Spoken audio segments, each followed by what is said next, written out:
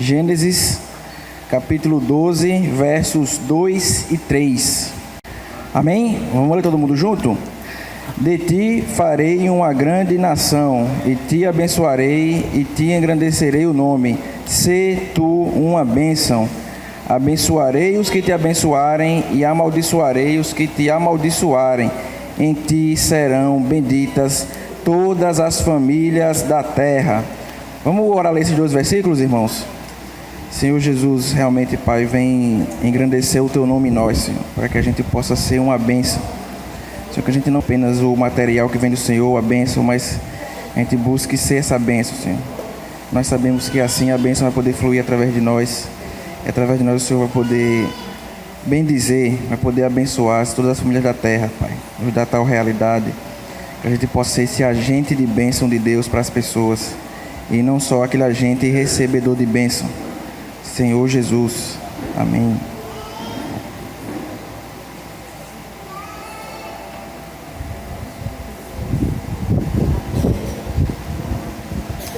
Senhor Jesus, amém. Esse texto é um texto que a gente recorre a ele, né? É um texto recorrente, a gente já vem falando dele há muito tempo. É o chamamento de Abraão, né? A primeira vez que Deus aparece ali para ele e o chama. E a primeira coisa que Deus diz é que ele deveria ser uma bênção e posteriormente diz que vai, através dele, vai abençoar todas as famílias na terra. E isso é muito importante porque esse chamamento de Abraão inicial não foi para que Deus não começou dizendo que ia abençoá-lo, mas começou dizendo que ele fosse uma bênção. Então, muito mais do que ser um agente recebedor de bênção, a gente foi chamado para, através de nós, Deus abençoar. Mas abençoar quem? O desejo de Deus, irmãos, ao criar o homem, foi ter uma família. Porque muitas pessoas, né, estão buscando servir a Deus, e isso é importante, servir a Deus. Mas Deus, quando nos criou, não nos criou para que nós fôssemos, primeiramente, servos dele. Porque para isso, Deus já tinha os anjos. E os anjos têm muito mais poder do que todos nós aqui. Então, se fosse pelo serviço, Deus não precisava nos criar. Porque Deus já havia criado um ser que tem muito mais poderes do que nós e era muito mais capacitado a executar a obra de Deus no aspecto do serviço do que todos nós aqui. Então, o objetivo de Deus a nos criar não foi ter servos. Deus não quer ter atualmente os dados dizem que na Terra são 7 bilhões de pessoas, aproximadamente. Deus não quer ter 7 bilhões de servos. Deus quer ter 7 bilhões de filhos. Isso é diferente. Então, o serviço a Deus ele é muito importante, mas Deus ele quer que a gente faça parte da família dele. Quando Deus chamou aqui Abraão, ele disse: olha, através de você eu vou bendizer, eu vou abençoar todas as famílias da terra. Não foi todos os indivíduos, certo? Quando Jesus apareceu pregando lá em Israel, há 2000 anos atrás, os judeus eles tinham a ideia que o Messias era aquele homem, né, aquele ser que veio de Deus para salvar eles, para salvar o povo de Israel. Então eles tinham uma visão individualista, porque eles eram um povo individualista. Eles não se davam com gentios, eles nem gostavam dos povos que não eram judeus. Só que quando Jesus ele vai até a Samaria e prega, é interessante a conclusão que os samaritanos têm. Os judeus eles criam que Jesus era o salvador do povo de Israel. Os samaritanos eles concluem que Jesus é o salvador do mundo. Então eles não tinham a ideia de um Deus que salvava apenas a nossa etnia, o nosso povo. Ele tinha a ideia, eles viram Jesus uma pessoa que era capaz de salvar todas as pessoas. Isso tem que tocar no nosso coração, porque a gente não pode estar buscando um Deus para nós. A gente não pode estar fechado em nós mesmos, querendo a bênção para esse grupo de pessoas que está aqui. Porque a gente não foi chamado para ser abençoado e essa bênção parar em nós. Mas a gente foi abençoado como um agente que através de nós Deus pode abençoar outras pessoas. Foi para isso que Deus nos chamou. Olha, quando Deus criou o homem sozinho primeiro, ele tinha um objetivo. Ele tinha um objetivo em criar, porque quando Adão ele olhou para os outros animais, ele percebeu que para cada macho havia uma fêmea correspondente. Para cada ser havia um outro ser que lhe correspondia, mas ele procurava e não havia quem o correspondesse enquanto ser humano. Então a gente conhece a história, Deus foi dormir e tal. Mas quando ele retorna do sono e ele vê que Deus criou uma mulher, ele fala, agora sim, essa é osso dos meus ossos, carne da minha carne, vai ser chamada de varão, porque do varão foi tomado. Então Deus, quando Deus fez o homem sozinho, Deus quis levar o homem à conclusão que era sempre melhor que houvesse um relacionamento. Por isso que Deus não fez de cara homem e mulher. Ele fez o homem primeiro para que ele se sentisse que ele não era completo em si mesmo. Quem o completava eram os seres humanos e o Pai. Nenhum de nós aqui, nós somos completos. Paulo, ele foi transladado ao terceiro céu. Ele viu coisas que não era lícito ao homem referir, né? Ou seja, ele viu coisas que ele não conseguia descrever. Mas Paulo, ele diz lá em 1 Coríntios 13 que em parte ele via. Então nem Paulo, que foi um homem, um servo de Deus, que Deus usou tanto, ele conseguiu ver tudo. Ele disse que ele via em parte, e em parte ele profetizava. Nenhum de nós aqui vai conseguir ver o todo sem os outros. Isso quer ser uma família. Nós fomos chamados para que a gente fosse realmente essa família de Deus, para que agora, através de nós, Deus pudesse alcançar outras pessoas. Mas enquanto eu estiver procurando o Deus que me satisfaz, esse Deus todo-poderoso, que é o gênio da lâmpada, como a gente gosta de dizer, que eu vou... Porque lá na caixa de Aladim era interessante, né? Ele esfregava a lâmpada, saía um gênio e lhe concedia alguns desejos. O nosso gênio da lâmpada, né, no cristianismo atual, era diferente. Ele não sai através de você esfregar uma lâmpada. Ele sai através de você fazer uma oração. Se você for um homem de oração, Deus vai ouvir a tua voz. Se você for uma pessoa de jejum, Deus vai te abençoar. Se você for uma pessoa que canta, Deus gosta muito de louvor, cante muito o hino, que Deus vai te abençoar. Então a gente, através dessas coisas, começa a achar que eu esfregando a lâmpada através de fazer essas coisas, Deus vai aparecer e me abençoar. Ao invés de ter uma consciência de fazer isso, é porque eu quero estar mais próximo do meu Pai. Não é por aquilo que o Pai vai me dar, é por aquilo que o Pai já me deu. Porque ele diz, olha, tendo sido doadas gratuitamente. Então não vai ser doado. Não vai ser dado, foi dado. É por isso que a gente fala, né? As pessoas do cristianismo aí, né, falam muito, tome posse. Isso é verdade. Tudo foi dado. A frase de Jesus final, antes de morrer, é está consumado. Como a gente tem tido comunhão essas semanas aqui. O que é que a religião e o que é que o inimigo, através da religião, faz? Ele coloca Deus no final. Jesus disse que ele era o caminho. O que é que a religião faz? Deus é a linha de chegada. Faça para. Se você for assim, Deus vai te abençoar. Se você não fizer isso, Deus vai te abençoar. Se você fizer aquilo outro, Deus vai fazer. Então, faça para obter. Faça para alcançar. Jesus, ele disse que ele era o caminho. Então, é no caminho, não é na linha de chegada. A linha de chegada é uma consequência de quem está no caminho. A linha de chegada não é o objetivo de quem está no caminho. O nosso objetivo, como a gente já falou aqui, não é o reino. Não deve ser o reino. Embora todos nós queremos estar lá. O nosso objetivo é nos reencontrar com o Pai. Se for para se reencontrar com o Pai, amém. Se for para se reencontrar com o Pai na terra, amém. Aí no céu, numa nuvem, amém também. Porque o objetivo não é estar lá.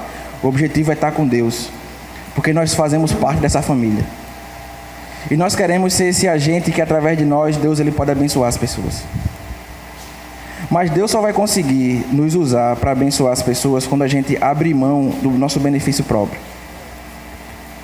Porque, como o Messias trouxe aqui na última vez que ele falou, o sacrifício de paz e comunhão ele é sempre mais caro e é sempre mais sacrificante, né, vamos dizer assim, é sempre mais dispendioso que todos os outros.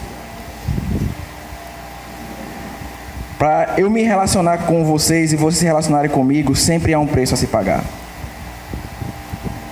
Porque todos nós temos influências, criações e vivências diferentes. E se eu não quiser me negar para me relacionar com vocês, não vai ter crescimento nem vocês, nem nosso, nem meu. Porque toda comunhão, ela pressupõe um sacrifício. A gente acabou de partir um pão. A gente acabou de desfrutar dessa bênção de ser chamado filho de Deus. Mas para isso não foi de graça. De graça para nós, né? Mas o Senhor pagou um preço alto. Houve um sacrifício.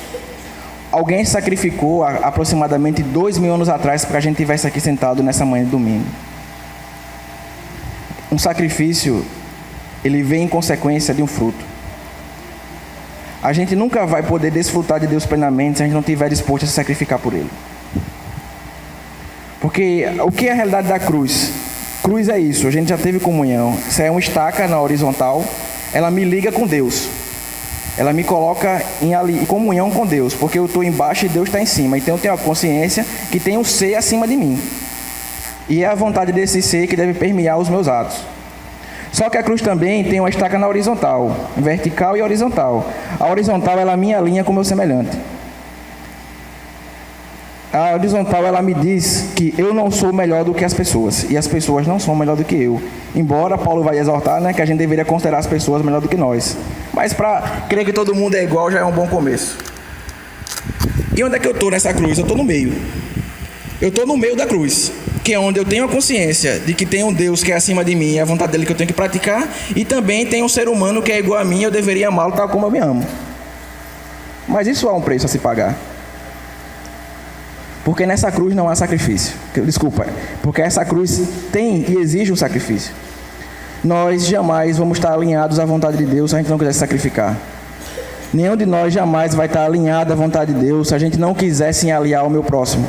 Se eu vi em Messias um semelhante, se eu vi em Messias que ele é um ser tão falho e tão imperfeito como eu, e ao mesmo ponto eu vi em Messias que Deus pode usá-lo tanto como pode usar a mim, e através dele eu posso ganhar de Deus como ele pode ganhar Deus através de mim. Mas se eu não estiver disposto a me sacrificar dessa forma, a gente nunca vai poder fazer parte plenamente, porque nós já fomos, certo? Já foi dado. A gente não vai poder desfrutar do que é ser a família de Deus. Porque ser da família de Deus exige cruz, exige sacrifício. O plano de Deus, irmãos, ele sempre foi para as famílias. Deus criou o homem, criou a mulher e disse: seja fecundo, multiplique-se e encham a terra. Quando Deus decidiu abolir a raça humana através do dilúvio, ele salvou uma família. Ele não salvou uma pessoa. Por que ele não salvou Noé e depois criou outra mulher para Noé? Porque se você for ver, o texto diz claramente: quem foi que achou graça aos olhos de Deus? Foi a família de Noé? Não, não foi a família de Noé, foi Noé. Então Deus podia matar todo mundo, deixar Noé e através de Noé criar uma outra mulher, porque se ele fez Eva, podia fazer outra mulher a partir de Noé, qualquer outra maneira ele tinha para criar outra mulher e dar uma mulher a Noé. Mas o plano de Deus foi para a família. Deus ele salvou a família de Noé. A arca preservou a família. A igreja, enquanto uma figura, enquanto a figura da igreja, nós estamos aqui, essa igreja que somos nós, é para isso. Não é para preservar os indivíduos, é para preservar a família de Deus. Moisés foi outro que achou também graça. E nesse caso Deus disse a Moisés que ia matar todo mundo, só ia deixar ele. Foi o que Moisés fez? Eu sou o cara. Deus, esses caras são tudo safados mesmo. Mata todo mundo. Tu constrói aí uma mulher aí. É até bom que eu vou te dar a planta da mulher que eu gosto. Você faz a mulher daquele modelo que eu quero e a gente começa tudo de novo. Pode matar. O que foi que Moisés fez? Ele lembrou a Deus que Israel era o povo dele. Ele não trouxe a glória para si. Ele lembrou a Deus que Deus tinha escolhido uma família. Deus tinha um povo. E por causa disso que Moisés lembrou a Deus, Deus não decidiu não matar os israelitas ou a raça humana como um todo, né? Então, o plano de Deus, irmãos, é sempre para que a gente seja parte da família dele. O serviço, ele está dentro. O serviço, ele faz parte desse relacionamento. Porque lá em casa eu me lembro que a gente não tinha irmãs. Nós não temos irmãs, né, na carne. Então, éramos 3 homens e... enquanto 3 homens, os meus pais trabalhavam. Então lá em casa a gente fazia tudo. Limpava, passava, fazia comida, lavava roupa, a gente fazia de tudo. Por quê? Porque a gente... E a gente, claro, o cara é adolescente, o cara reclama um pouco, porque tem que se acordar e fazer essas coisas. Mas a gente tinha consciência que meu pai e minha mãe estavam fazendo o papel deles. E se eles estavam fazendo deles, a gente tinha que fazer o nosso para essa família. Porque dentro da família todo mundo tem uma função. Mas eu só tinha serviço, entenda, o meu serviço ali dentro só era relevante porque eu fazia parte daquela família. O nosso serviço aqui dentro só é relevante porque a gente faz parte dessa família. Se a gente fizer um serviço para Deus, sem a consciência de que eu estou fazendo um serviço para a família, Deus pode não aceitar nosso serviço. Abel ofereceu um sacrifício a Deus, e Caim ofereceu um sacrifício muito mais difícil. Porque Abel, a gente sabe, era pastor de ovelha. O que é que o pastor faz? Coloca a ovelha para pastar e fica só lá olhando. Agora o cara que é agricultor, o que é que ele faz? Você acorda cedo e ara a terra e fica no sol e mexe na enxada e trabalha. Só que a palavra diz que Deus se agradou de Abel e da sua oferta, mas não se agradou de Caim e da oferta dele. Era a oferta que era o problema? Era o que a gente faz para Deus que é o problema? Não. É aquilo que a gente é para Deus. O problema não era na oferta, porque se fosse avaliar a oferta, quem estava morto agora era Caim. Porque a oferta de Caim exigia muito mais sacrifício físico do que a de Abel. Mas Deus se agradava de Abel e não de Caim, daquilo que ele era. É tanto que Deus coloca à prova os corações, porque Deus ele não pediu aquele sacrifício. O texto é claro, Deus não pediu sacrifícios para ninguém naquele tempo, mas eles deliberadamente decidiram fazer isso. Então, quando a oferta de Caim ela não é aceita, Deus coloca à prova o coração dele, porque o que Caim queria não era se relacionar com Deus. Caim queria o mérito. Caim queria o mérito da oferta. E Deus não está aqui para reconhecer o nosso mérito. Deus está aqui para reconhecer quem nós somos.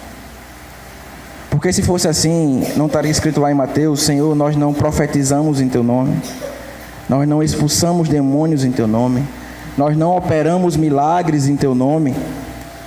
Eu direi abertamente: apartai-vos de mim, que eu nunca vos conheci. Se a obra fosse relevante, Jesus jamais iria dizer isso para essas pessoas. Essas pessoas, elas faziam a obra sem uma relação de filho e pai. Elas faziam a obra pelo serviço. O serviço pelo serviço. E Deus não quer o serviço pelo serviço. Deus quer o serviço pela relação. Deus quer que a gente sirva a Ele baseado naquilo que a gente é, e não naquilo que a gente vai ganhar de Deus, ou no reconhecimento que Deus pode fazer. Deus vai ter por cada um de nós. Porque isso quer ser da família.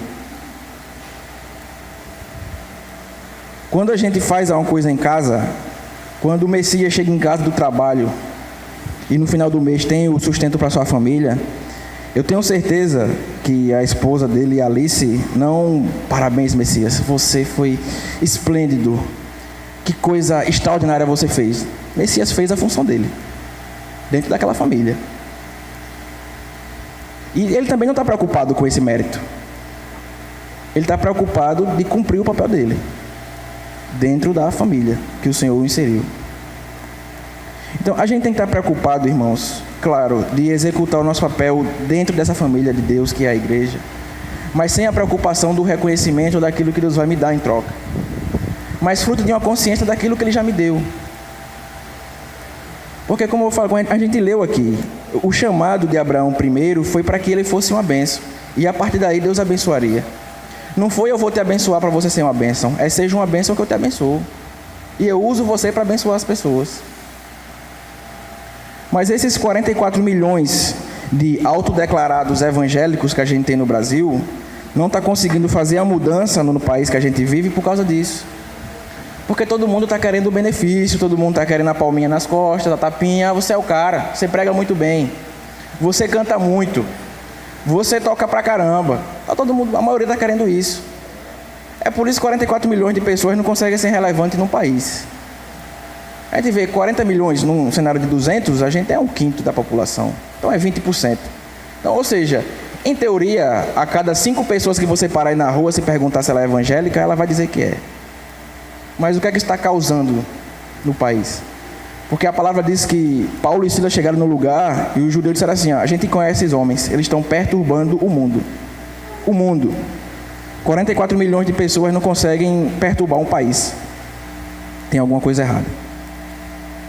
E não é com a palavra, nem é com Deus, mas é com o coração de cada pessoa. O que é que a gente está buscando? A gente tem que buscar cumprir o nosso papel enquanto família de Deus, mas não pelo reconhecimento, pelo mérito, ou pelo benefício que Deus vai me dar, mas pela consciência de que Ele é meu Pai, eu sou filho dele. Se a gente ler a história do filho pródigo, é interessante. No final, eu não vou me delongar com essa história, todo mundo conhece, mas no final, quando o filho mais velho chega em casa e vê que está tendo uma festa, ele pergunta ao servo: o que é que está rolando aí, hein? Que tumulto é esse? Diz: olha, voltou o teu irmão aí, o teu pai matou um boi bem gordo e está fazendo uma festa aí, que está aí, pediu para todo mundo se alegrar com ele.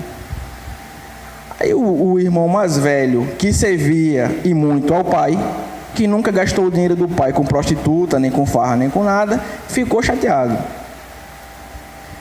Então o pai percebeu que ele não quis entrar para a festa, foi lá fora e disse: por que você não quer entrar? Ele disse: eu estou sempre aqui, te servi a minha vida toda, e você nunca deu nem um cabrito para eu me alegrar com os meus amigos. Venha esse teu outro filho, que gasta o teu dinheiro com prostituta e farra, e você mata o melhor boi. Como é que é essa lógica aí que eu não entendi? Aí o pai responde: filho, tudo que eu tenho é teu. Veja, ele não remete ao serviço que ele prestou a vida toda, mas ele remete à condição de chamar ele de filho. Ele traz a natureza. Quem você é? Você é meu filho.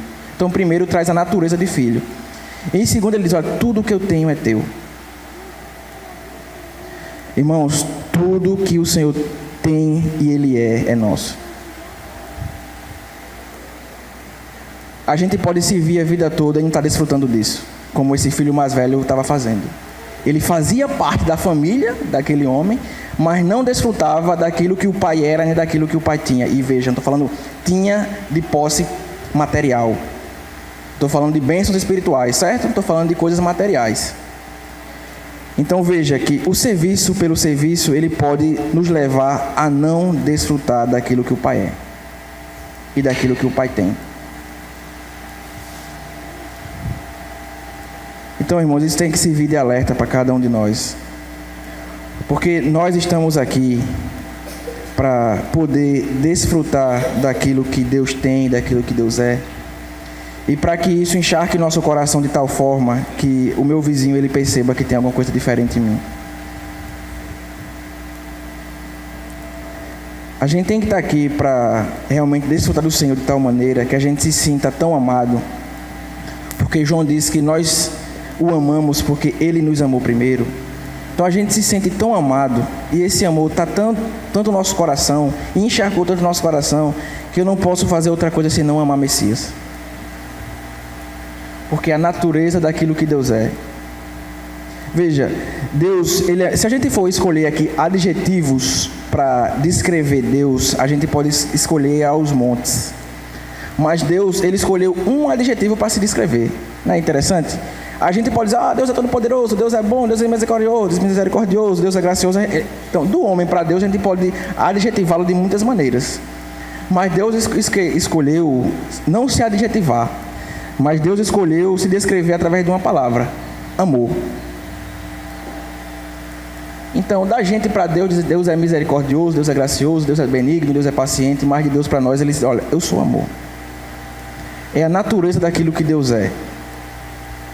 Então, se a gente tem um pai que ele se descreve como sendo amor em essência, e a gente é filho de Deus, a gente não vai se tornar, nós somos filhos de Deus, o que tem que ser também a nossa essência? Amor. Porque Deus, Ele nos criou com a sua essência. Criemos o homem conforme a nossa imagem, a nossa semelhança. Então, aquilo que Deus é, e à medida que Ele sopra, faz um bonequinho de barro, Ele sopra para dentro do homem, nas narinas, Ele sopra para dentro de nós aquilo que Ele é. Só que todos nós temos a escolha de viver por isso ou não. Porque Deus, Ele não força ninguém a nada. Olha, irmãos, às vezes ninguém consegue. Eu vou falar uma coisa que é uma explicação, mas ainda é muito rasteira, da seguinte pergunta: por que Deus colocou no jardim do Éden a árvore do conhecimento do bem e do mal, se Ele sabia, porque Deus sabe de todas as coisas, que o homem ia comer? Então, ao colocar a árvore lá dentro, é como se Deus quisesse que ele comesse, porque Deus sabia que ele ia comer. Existem muitas explicações e muitas rasteiras que eu creio que ninguém vai ter essa resposta, mas uma das explicações, ainda que rasteiras, eu creio que explica de certa maneira. Deus, Ele queria e Ele quer nos dar a liberdade. Se não tivesse a árvore do conhecimento do bem e do mal dentro do jardim, nós não teríamos liberdade. Nós estaríamos fadados a escolher aquilo que Deus programou para a gente. Porque não havia outra opção, concorda? Só havia aquilo que Deus criou. Quando Deus cria uma coisa que Ele diz que é para eu não fazer, então eu tenho uma escolha. Deus, Ele ama a liberdade. Todos nós somos seres dotados de liberdade. Então, se não houvesse aquela árvore ali, nós não teríamos escolha. E Deus quer sempre nos dar a escolha, ainda que a escolha seja afastar-nos dele. Moisés, em Deuteronômio 30, 19, diz o seguinte, que é Deus dizendo, né?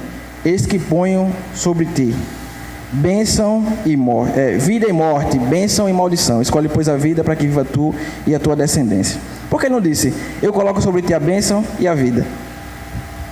Não nos daria escolha. Deus, Ele sempre nos dá escolha. Por isso que Ele disse, é bênção e maldição e é vida e morte. Por isso que Deus colocou a árvore lá. Porque Deus, Ele quer que a gente o escolha. Deus, Ele não quer ser a nossa única opção, embora Ele seja, certo? Porque a outra opção é o mundo, o pecado, e isso vai passar, isso tem fim, isso é morte. Mas Deus, quando Ele fica para nós, Ele se coloca como uma escolha. É por isso que é aquele que quer, não é aquele que é obrigado. Nós estamos aqui nessa manhã porque a gente quis estar. Claro que o Senhor também, né? É uma coisa que a gente não entende, né? Livre-arbítrio, que claro que também o Senhor colocou em nosso coração estar aqui. Mas todos nós poderíamos estar em outro lugar, fazendo outras coisas. Mas nós escolhemos estar aqui. Porque para fazer parte dessa família, porque eu não escolhi a família que eu fiz parte. Eu creio que nenhum aqui escolheu a família para fazer parte. A gente simplesmente nasceu naquela família. Mas na família de Deus, você escolhe fazer parte. Porque Deus, Ele é um Deus de escolha, Ele é um Deus de liberdade. Foi para a liberdade que Cristo vos libertou. Nós não fomos libertos do pecado para andar em outro tipo de prisão. Porque a religião, o que a religião faz? A religião, ela é uma prisão. O que você faz no mundo? Você está preso no pecado. Então você não consegue se libertar. Você bebe, fuma, faz uma série de coisas contra a vontade de Deus. O que a religião faz? Venha para cá. Aqui você não bebe, não fuma, você não dança, você não farra, você usa calça comprida, usa saia longa, usa camisa caqui, você fala de uma maneira, corta seu cabelo de uma maneira, tem coisa que você pode falar, tem locais que você não frequenta, meu irmão, é outra prisão. Com outro nome. Não é outra prisão? Claro, entenda. É claro que tem coisas que Deus exige que a gente não faça. Mas esse é o legalismo. O Evangelho não é um conjunto de regras. O Evangelho é uma boa notícia. Os anjos apareceram para os pastores e disseram, se alegrem. Nasceu hoje lá em Belém o Salvador de vocês. Isso é uma boa notícia. A boa notícia não é que eu vou sair do conjunto de regras que eu posso fazer à vontade da carne, e outro conjunto de regras é que eu tenho que evitar fazer a vontade da carne em mim mesmo. Isso não é liberdade, isso é prisão. Qual é a boa notícia? Eu estava perdido e Deus me salvou. Isso é uma boa notícia. Eu sair de uma prisão para outra, meu irmão, aí ninguém merece. Nós fomos chamados para ser realmente esses que estavam mortos em delitos e pecados e foram salvos. Essa é a grande notícia do Evangelho, essa é a boa notícia. Isso é aquilo que alegra o nosso coração. Nós estávamos perdidos e nós fomos encontrados. É isso que o pai fala para o filho mais velho acerca do filho mais novo. Tudo que eu tenho é seu, você sempre esteve comigo. Mas esse teu filho, isso é a boa notícia, estava morto e ressuscitou. Estava perdido e foi encontrado. Isso é a boa notícia do Evangelho. Foi para isso que o Senhor nos salvou, para que a gente viva nessa esperança e nessa alegria de saber que eu estava morto e teve um ser que me amou e decidiu me resgatar. E não eu estava morto num lugar e ele decidiu que eu operasse uma prisão em outro lugar. E foi esse Deus, e foi nesse Deus que Abraão ele se apegou. E foi por causa dessa relação que ele sabia que Deus também, que ele decidiu abandonar tudo. Ele seguiu por um lugar que ele nem sabia para onde estava indo, mas no caminho, lembra? No caminho, Deus não deu um mapa a Abraão, Deus não deu um GPS, uma bússola, não deu nada. Porque é no caminho. É no caminho que a gente aprende. Você estava comentando aqui na sexta-feira, né? Como é que você aprende a ser pai? Sendo, né? Você pode fazer aí a maior faculdade de pai, de maternidade, como eu vejo esses cursos aí que hoje existem. Eu não passei por isso ainda não, mas eu imagino, né? Deve ser difícil. Uma coisa é você ter a teoria, outra coisa é você acordar de madrugada com o menino chorando e você balança e ele não para de chorar. Não tem faculdade no mundo que seja igual a isso. Isso eu tenho certeza. Por quê, meu irmão? Porque é no caminho. Perguntaram para Jesus onde é que ele morava. Ele ensinou aos caras onde é que ele morava? Não ensinou. Venha e veja. É prático. É no caminho. É durante. É indo. Por isso que a grande comissão foi traduzida errada. Muitas pessoas acham que é ide. Não é ide. O tempo verbal é indo. É no caminho. É fazendo. É vivendo. É amando. É experimentando. Não é uma coisa que eu vou fazer. É uma coisa que eu estou fazendo. Eu estou vivendo isso aqui. Eu sou. Amém. Deus se decidiu, né? Amém. Se descreveu como eu sou. Não é eu vou ser ou eu era. É eu sou. Jesus aparece lá em Apocalipse como aquele que estava morto e vive. Aquele que era, que é e que há de vir. Ele lembra a gente um princípio, um caminho e uma esperança futura. É no caminho, irmãos. Foi no caminho que Abraão, e a palavra diz que Abraão creu em Deus e isto lhe foi imputado para a justiça. Foi no caminho que Deus ensinou a Abraão o que era sacrifício. Foi no caminho, olha, enquanto estava na terra dele, a palavra não diz que Abraão levantou altares e invocou o nome do Senhor. Mas no caminho, por onde Abraão passava, ele erigia um altar e invocava o nome do Senhor. Porque é no caminho. O Senhor não quer que nenhum de nós estacionemos numa experiência espiritual positiva, até às vezes, que a gente teve no passado. Ah, era muito bom, naquele tempo era bom demais. A gente aqui da igreja em Cabedelo, a gente tem um pouco disso. Ah, naquele tempo era bom, a gente ia para a areia, né? Pegava o evangelho lá, a gente tinha muito jovem, a gente se apegava, a gente tem essa tendência a se apegar a experiências positivas, mas amém. Isso serviu para o nosso crescimento de agora. Mas Paulo diz que as coisas para trás ele deixa. Veja, quando ele diz que ele deixa para trás, ele não fala só de coisa negativa, ele fala de positiva e negativa. Ele diz que deixa as coisas, então é tudo. Positivo ou negativo, passou. O que importa é o agora. O chamado de Hebreus é para o dia que se chama hoje. Não é para o ontem, não é para o amanhã, é para agora. A vida está acontecendo agora. As oportunidades o Senhor está nos dando agora. Muitas vezes a gente está conseguindo ver, é porque a gente está com muita coisa na nossa visão. Tem escamas ainda.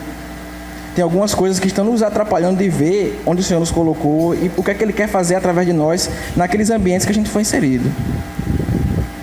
Mas lembre-se, irmãos, não se apegue à experiência positiva, ainda que seja positiva, do passado. Porque Hebreus começa assim: tendo Deus falado muitas vezes e de muitas maneiras aos pais pelos profetas, hoje nos fala pelo Filho. Então ele remete ao passado, que Deus falou, mas hoje ele fala também. Então Deus está falando sempre. Deus está nos chamando a voltar a ter uma relação com Ele sempre, que foi para isso que a gente foi criado. A palavra diz em Efésios que nós não somos forasteiros, mas nós somos membros da família de Deus. E Deus ele tem um propósito nessa terra, que é fazer com que essa família aumente. E como é que Deus vai fazer que essa família aumente? Deus vai mandar um anjo? Pode fazer, porque Deus é todo poderoso. Pouco provável, mas Ele pode. No último tempo vai aparecer, né? Que se ler Apocalipse diz que vai ter um anjo que vai descer e pregar um evangelho. Mas se limita a nossa realidade de agora, Deus ele quer nos usar. Deus ele quer nos usar para que essa família de Deus ela possa aumentar. Para que quando a gente chame Edinaldo de irmão, ele seja meu irmão de verdade. Não é uma coisa de igreja, não é uma coisa de boca. Mas o que eu puder servi-lo, eu vou servi-lo. E se ele puder me servir, a gente vai se servir e vai se ajudar mutuamente. Não é irmão Edinaldo e quando ela precisa de mim, cara chato, só me chama quando precisa de mim. Não é ser irmão isso. A palavra diz que a gente tem que amar de fato e de verdade, e não só de língua. Quando a gente chama alguém de irmão, é para que esse sentimento de fraternidade e irmandade ele possa surgir de fato. Não se limitar a um clube, porque no clube todo mundo é sócio, isso aqui não é um clube. Você vem, paga a sua mensalidade, toma banho de piscina com a sua família no domingo. E um clube é isso. Isso aqui não é um clube que você vem e a gente tá aqui, todo mundo é sócio, e a piscina é a palavra, e todo mundo, depois que sacia com a palavra, vai para casa. O objetivo não é isso. Muito pelo contrário, numa família todo mundo se ajuda. Um traz a palavra, em Coríntios vai dizer, um traz um salmo, outro traz um hino, outro traz uma palavra, outro traz uma palavra de exortação, e assim a gente vai caminhando e sendo mutuamente edificado, como família de Deus, que cresce para o seu aumento, né? Isso que Paulo fala. Então, irmãos, o que eu queria deixar com os amados dessa manhã é justamente isso, que a gente tenha consciência da onde nós saímos, que nós saímos de Deus. Deus, Ele soprou aquilo que Ele era para dentro de nós, quando Ele nos fez. Então, todos nós, não vai ser dado, já foi dado. Todos nós temos a capacidade de expressar aquilo que Deus é. Todos nós, porque essa capacidade nos foi dada. Não vai ser dada, ela foi dada. Depende de mim e de você tomar posse. Eu me apego a isso. Depende de cada um de nós se apegar, não do poder que Deus tem, mas da autoridade que tem no nome do Senhor. E só abrir um breve parênteses, irmãos, como o Messias falou ali, né? Se alguém tiver, a gente não está querendo dizer aqui que o inimigo tem mais poder do que Deus, não, viu? Pelo amor de Deus. Não é isso que a gente está falando, não é isso, deixando bem claro. O que a gente está falando é que Deus se limitou num homem chamado Jesus e veio à Terra. Enquanto homem, esse Jesus, ele era limitado. Enquanto homem, ele era limitado. Mas Satanás, ele continuou. Em relação ao homem Jesus, o inimigo tem mais poder, entenda. Mas o Senhor, ele tem mais autoridade. Olha, tem um texto lá em Lucas que o Senhor fala assim, ó. Simão, Simão, Satanás pediu para te peneirar como trigo. Olha a resposta de Jesus. Mas eu roguei por ti. Me pediu. Então veja, se o homem Jesus fosse mais poderoso, ele não precisava rogar, concorda? Porque o general roga para você, Zé Augusto? De forma nenhuma. O general não roga para ele. Mas ele pode rogar ao general, porque ele sabe que ele tem menos poder do que o general. Então, no homem Jesus, o homem, que fique bem claro, o homem Jesus, ele tinha menos poder do que Satanás, porque a palavra é clara.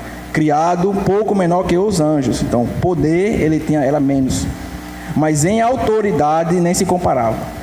Não tinha nem comparação. Por isso que quando Jesus falava, os demônios falavam, nós sabemos quem tu és. Tu és o Santo de Deus. Reconhecia a autoridade que o Senhor tinha. Então, voltando aqui ao que a gente estava falando, irmãos. Tudo nos foi doado, tendo sido doada gratuitamente, todas as coisas que conduzem à vida e à piedade. Então, tudo já foi doado. Tudo foi de graça. Mas eu vou ler um texto para terminar, assim, enquanto lá em Salmos 27. Como é que a gente faz para tomar posse de tudo aquilo que Deus fez por nós? Salmos 27, quem quiser acompanhar, no versículo 4. Salmos 27, 4, ele fala o seguinte: como é que a gente toma posse daquilo que Deus é, daquilo que Deus tem? Uma coisa peço ao Senhor e a buscarei, que eu possa morar na casa do Senhor todos os dias da minha vida, para contemplar a beleza do Senhor e meditar no seu templo. Então, se limitar essa primeira parte. Uma coisa peço e a buscarei. O Senhor diz que todo aquele que bate é aberto, todo aquele que pede lhe é dado. Então, se a gente ficar, Deus, ele fez tudo, mas se eu não buscar tomar posse, as coisas não vão acontecer. De todo o vosso amém buscar-me-eis e me achareis, quando me buscar todo o vosso coração. Então o Senhor, ele quer ser achado, mas depende de cada um de nós buscá-lo. O Senhor quer revelar a face dele para cada um de nós, a vontade dele para cada um de nós, mas sem busca, possivelmente a gente não vai conseguir ver Deus. Por que eu falo possivelmente? Porque Deus é todo poderoso, e quem sou eu, uma mera criatura, para limitar o que é que Deus pode fazer? Mas possivelmente, por aquilo que eu entendo da palavra, dificilmente ele vai se revelar para aquele que não busca.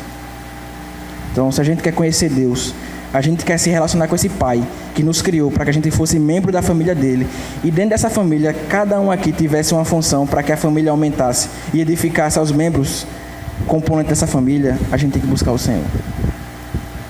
Porque a gente tem que buscar a origem. Nós fomos expulsos do jardim. Agora o Senhor está operando em nós através do seu Santo Espírito, para que a gente retorne. Nós estamos voltando ao Éden, porque é lá que o Senhor está.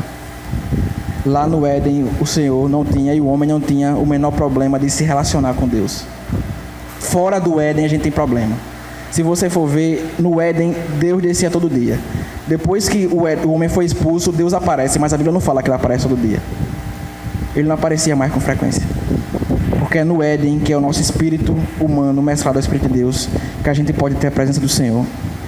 A gente pode sentir Deus falando conosco. E a gente pode se regozijar na presença um do outro. Eis que estou à porta e bato. Aquele que abrir, né? Aquele que ouvir a minha voz e abrir, eu cearei com ele ali comigo. Na versão original desse texto diz o seguinte: eis que estou à porta e bato.